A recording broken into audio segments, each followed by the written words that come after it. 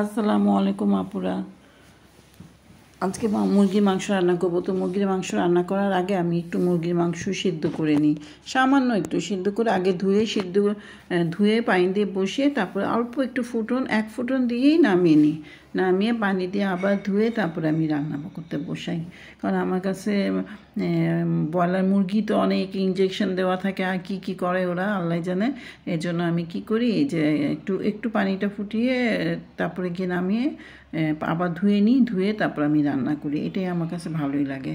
তাই আজকে আমার বাঁধাকপি ভাজি, মুরগির মাংস, আর এই তো ভাত হচ্ছে, আপনারা দেখতেই পাচ্ছেন অন্য চুলায় আমার ভাত হচ্ছে। ভাগ্য আসলেই অদ্ভুত।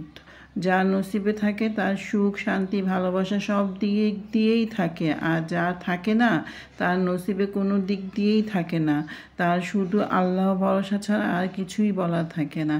সত্যি কথাই, যে যার নসিব ভালো থাকে সে তো মানে আল্লাহ হাজার শুকুর যে তার নসিব ভালো আছে। আর যার নসিব খারাপ থাকে, কপাল খারাপ থাকে, তার তো আর বলার কিছুই নাই। সে যে কত কষ্ট করে নিজের জীবনে কত যে কষ্ট করতে হয়।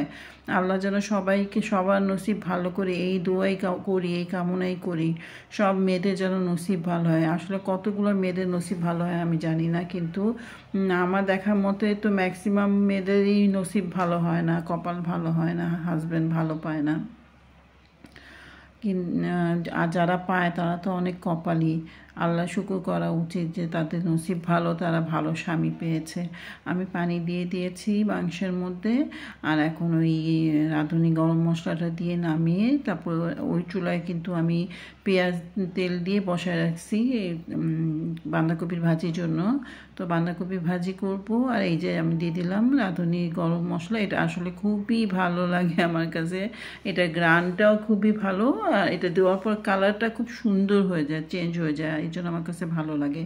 তাই আমি ওই চুলার মধ্যে মাংসটা বসিয়ে দিয়েছি, কারণ মাংসটা হয়ে গেছে সামান্য একটু একটু কাঁচামরিচ দিয়েছি তো গ্রানের জন্য চুলা কমায় বসিয়ে রেখেছি। আর এদিকে পেঁয়াজ ভেজে নিচ্ছি আমার বাঁধাকপির ভাজির জন্য। বাঁধাকপির ভাজি হয়ে গেলে, আমি তো ভাজিই খাই সাধারণত, মাংস টাংস আমার তো খাওয়া সম্ভবই না, আর আমার ভালো লাগে না, আর আমি এমনিও অসুস্থ, এই জন্য আমি মাংস খাইও না।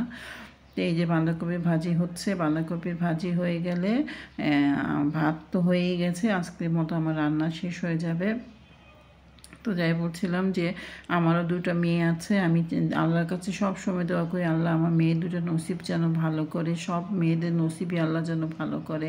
মেয়েদের নসিব ভালো হওয়া অনেক দরকারি একটা জিনিস। আল্লাহ পাক ওদেরকে ভালো হাজব্যান্ড দেখ, ভালো কেয়ারিং হাজব্যান্ড দেখ। কেয়ারিং হাজব্যান্ড আসলে খুব দরকার, একটা কেয়ারিং স্বামী যে কত দরকার একটা মেয়েদের জন্য, একটা মহিলার জন্য। যাদের কেয়ারিং হাজব্যান্ড নাই তারাই বুঝে যে আসলে কত যে কষ্ট করে জীবনটা কাটাতে হয়। এটা শুধু একমাত্র যাদের কেয়ারিং হাজব্যান্ড নাই শুধু সেই মহিলারাই বুঝতে পারবে। যাই হোক, আমার ভাজিটা হয়ে গেছে, এটাই হলো আজকে আমার